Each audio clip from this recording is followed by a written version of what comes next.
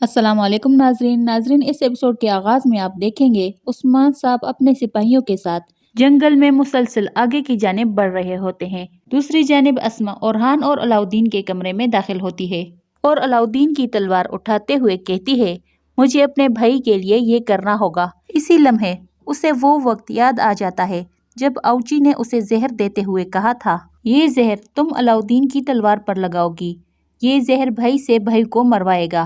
पहले तो अस्मा ने इस काम से इनकार कर दिया था, लेकिन फिर अपने भाई की जान बचाने के लिए उसने ये हामी भर ली थी और आउची ने कहा था, इस बारे में बेंगे खातून और अस्मियान सुल्ताना जानती है, अगर तुमने ये काम नहीं किया तो तुम फिर अपने भाई को नहीं देख पाओगी। इस ख्याल के बाद अस्मा अलाउद्दीन के तलवार पर वो जहर लगा देती है। इसी दौरान अलाउद्दीन और ओरहान कमरे के अंदर दाखिल होते हैं। उन्हें देखकर अस्मा कहती है, मैं यहाँ की सफाई कर रही थी। इसके साथ ही अस्मा उन दोनों को मशरूब पेश करती है। अस्मा के जाने के बाद ओरहान अलाउद्दीन से कहता है, हम सुस्त पड़ गए हैं, कल ही मशक की तैयारी करते हैं मेरे भाई। दूसरी जानिब कोपू हिसार किले की गलियों में जेर कोताही और ओलगन खातून भाग रहे होते हैं। रास्ता बंद देखकर ओलगन खातून कहती है, आगे तो रास्ता ही नहीं है जेर कोताही, अब क्या करेंगे। ये सुनकर जेर कोताही कहता है, हम रास्ता तलाश कर लेंगे खातून। इसके साथ ही जेर कोताही एक दरवाजे को टकरे मारने लगता है। ओलगन खातून दूसरी जानिब एक दरवाजा देखती है जो कि खुला होता है, मगर जेर कोताही को ये मालूम नहीं होता। वो एक लकड़ी उठाकर दरवाजे को तोड़ने की कोशिश करता है तो वो पहले से ही खुला होता है। फिर अंदर दाखिल होने के बाद वो लोग दरवाजा बंद कर देते हैं, जबकि बाजंतीनी सिपाही बाहर उन दोनों को तलाश कर रहे होते हैं। दरवाजा बंद देखकर बाजंतीनी सिपाही वहां से चले जाते हैं। ओलगन खातून जेर कोताही से पूछती है, क्या वो चले गए। जवाबन जेर कोताही कहता है, वो इतराफ में तलाश कर रहे होंगे, हम बाहर निकलने के लिए रात तक का इंतजार करेंगे। दूसरी जानिब सुल्ताना फ्रीक से कह रही थी, ओलूफ ने हद पार कर दी, उसने मेरी नाफरमानी की है। उसकी बातें सुनकर मुझे यकीन नहीं आ रहा था, उसने ईसाईयत कबूल कर ली, अब से वो जो भी हमले करेगा वो ईसाईयत के लिए करेगा। जवाबन फ्रीक कहती है, ऐसा ही है वालदा। उस कमीने कांता कोजिनोस की बातों में आकर ओलूफ फंस गया और उसने ओदीन से मुंह मोड़ लिया। जवाबन सुल्ताना कहती है, आज उसने ओदीन से मुंह मोड़ लिया, कल वो मुझसे या तुमसे भी मुंह मोड़ सकता है। फ्रीक मुस्कुराते हुए कहती है, ओलूफ सबको छोड़ सकता है लेकिन मुझे कभी नहीं छोड़ सकता। अस्मियान सुल्ताना कहती है, इतना यकीन ना करो, क्या पहले ओलूफ ओदीन के लिए जान देने की बातें नहीं करता था। जो अपने दीन का वफादार नहीं वो तुम्हारा वफादार कभी नहीं हो सकता। मर्द सारे ऐसे ही होते हैं, अब उसे कोई ईसाई लड़की मिल गई होगी। फ्रीक कहती है, तो अब उसका एहतिताम भी ऐसा ही होगा और वो ये खतरा मोल नहीं सकता।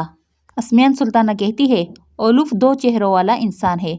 मैं तो कहती हूँ तुम पहले उसकी वफादारी का इम्तिहान लो। मैं ये सब तुम्हारे लिए कह रही हूँ फ्रीक, अब तुम जा सकती हो। फिर फ्रीक जहन में बहुत सारे सवालात लेकर वहां से रवाना हो जाती है। फ्रीक के जाने के बाद अस्मियान सुल्ताना कहती है, अब से फ्रीक ओलूफ को कभी नहीं छोड़ेगी और मैं इन दोनों पर नजर रखूंगी। इसके साथ ही वो आउची को बुलाकर कहती है कि सुल्तान को पैगाम भेज दे कि जानदार बे और कस्तर बे को मेरी तरफ खड़ा रहने के लिए मकतूब भेजे और साथ ही तहफ भी भेज दे। तो आउची पूछता है, गरमियान सरदारान, क्या हम उनको भी तहफ भेजे। दूसरी जानिब उस्मान साहब ने एक गार में अपने सिपाहियों के साथ पड़ाव डाला होता है और सब खाना खाने में मसरूफ होते हैं। उस्मान साहब कहते हैं, जिन्हें तन्हा रहने का शौक हो और वो मुत्तहिद नहीं रहते तो तबाही उनका मुकद्दर है, फिर चाहे वो इंसान हो या हैवान। हम किसी को रेवड़ खुला नहीं छोड़ने देंगे, इंशाल्लाह हम उन्हें शिकस्त देंगे। इसके साथ सब इंशाल्लाह कहते हैं।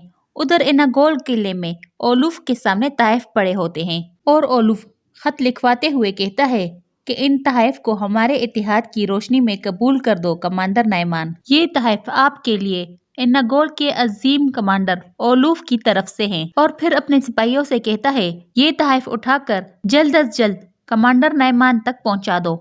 और फिर कहता है, दान को खबर भेजो, वो राहिबों को कोपरू हिसार से यहाँ पर लाएगा। मैं यहाँ पर एक ईसाई मरकज कायम करूंगा। इसके साथ ही सिपाही वो तहफ उठाकर वहाँ से चले जाते हैं और फ्रीक कहती है, मुझे हैरत है कि अजीम ओदीन तुम पर हंस रहा होगा या फिर तुम पर थूक रहा होगा। ये सुनकर उलूफ कहता है, मेरी प्यारी, अब से मैं अजीम ईसा की दीन की खिदमत करूंगा, इसके लिए मुझसे जो हो सका मैं वो करूंगा। फ्रीक कहती है, कभी कभी मैं सोचती हूँ कि तुम मेरे इतने वफादार कैसे थे, जो अपने खुदा को बदल सकता है वो अपने आशिक को भी बदल सकता है। ये सुनकर ओलूफ कहता है, क्या मैं पकड़ा जा चुका हूँ? हाँ, एनागोल में बहुत खूबसूरत ईसाई लड़कियां हैं। ये सुनकर फ्रीक अपना खंजर ओलूफ के गर्दन पर तान लेती है और कहती है, तुम जानते हो मैंने क्या किया? मेरी मोहब्बत पर कभी इतना भरोसा मत करना। मैंने ओदीन से तुम्हारी बेवफाई पर अपनी आंखें बंद कर ली, लेकिन अगर तुमने मेरे साथ बेवफाई की तो मैं खामोश नहीं रहूंगी। ये सुनकर ओलूफ उसे प्यार से समझाते हुए कहता है, मेरी प्यारी, निकोला ने जो सरजमीन खोई थी वो मैंने वापस हासिल कर ली है। मैं आया और मैंने तुर्गुत से उसकी सबसे पसंदीदा चीज छीन ली और ये सब कुछ ईसा की दीन को पाने से हुआ। मैं यहाँ अपनी जड़ें मजबूत करूंगा।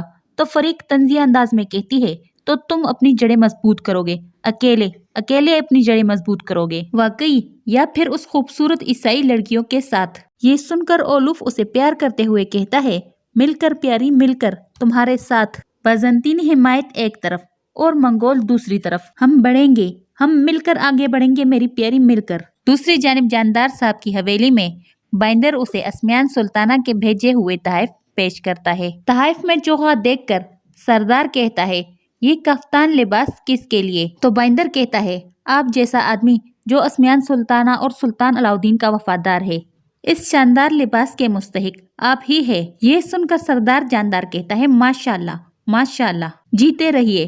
फिर खड़े होकर कहते हैं, लेकिन आपसे ये किसने कहा कि हम उनकी हिमायत कर रहे हैं? आपने मुझे तहफ से नवाजा, इनमें कितने सिक्के उस खून के बदले होंगे जो मेरे सिपाहियों का बहाया जाएगा? क्या आप हर चीज की कीमत सोने के सिक्कों से अदा करते हैं बाइंदर साहब? ये सुनकर बाइंदर कहता है, ये कैसे अल्फाज है? आप मुझसे दुश्मन की तरह बात ना करें, मुझे परेशान ना करें। हमारा वाहिद मकसद हमारी कौम और हमारी सरजमीन का मुस्तकबिल है। जवाबन जानदार साहब कहते हैं, आप जैसे लोग सिर्फ अपनी मुस्तकबिल के बारे में सोचते हैं, ना ही जमीन और ना ही कौम। आप इन चीजों के बारे में सोच ही नहीं सकते। आपने गलत दरवाजे पर दस्तक दी है बाइंदर साहब। ये कहते हुए जानदार साहब अपनी जगह पर बैठ जाते हैं और बाइंदर कहता है, ए अजीम जानदार साहब, कल ही तो आप महल के दरवाजे पर दस्तक दे रहे थे, अब आप जमीन के मालिक हैं। आले सल्जूक जिन्होंने आपको सब कुछ अता किया, क्या आप उनसे मुंह मोड़ लेंगे? नहीं, अगर आपने ऐसा किया तो सुल्तान अलाउद्दीन ये कभी नहीं भूलेंगे। ये सुनकर जानदार साहब खड़े होकर बाइंदर की आंखों में आंखें डालकर कहते हैं, क्या आप मुझे धमका रहे हैं बाइंदर साहब? काश के ये जुर्रत आप मंगोलों के सामने दिखा दे तो मैं आपकी जान बख्श दूंगा। ये सुनकर बाइंदर कहता है, वालदा सुल्ताना आपको अपनी फौज में देखना चाहती है। ये आप भी जानते हैं कि वालदा सुल्ताना जो चाहती है वो हासिल करके ही रहती है। वो चाहती थी कि मैं आपको याद दिलाऊं, आपको आपका घर किसने दिया? क्या सुल्तान मसूद ने नहीं दिया? आपसे ये सब कुछ एक शाही फरमान पे लिया जा सकता है। मुझे मजीद बोलने पर मजबूर ना करे, बगैर कुछ किए ना मरे जानदार साहब। चले मेरे साथ चले और सुल्ताना की फौज में शामिल होकर काफिरों के खिलाफ लड़े। जवाबन जानदार साहब कहते हैं, ये घर मैंने अपने जवानों के खून के बदले में हासिल किया है और मेरी जीत पर सिवाय जश्न के किसी ने कुछ नहीं किया। अगर तुमने दोबारा मुझे धमकाने की कोशिश की तो मैं तुम्हें कब्र में गाड़ दूंगा और अपने घर की हिफाजत मेरा बुनियादी हक है। ताहम इसके बारे में मैं सोचूंगा और अपने फैसले से मकतूब के जरिए वालदा सुल्ताना को आगाह कर दूंगा। अब तुम यहाँ से जा सकते हो। ये सुनकर बाइंदर वहाँ से चला जाता है।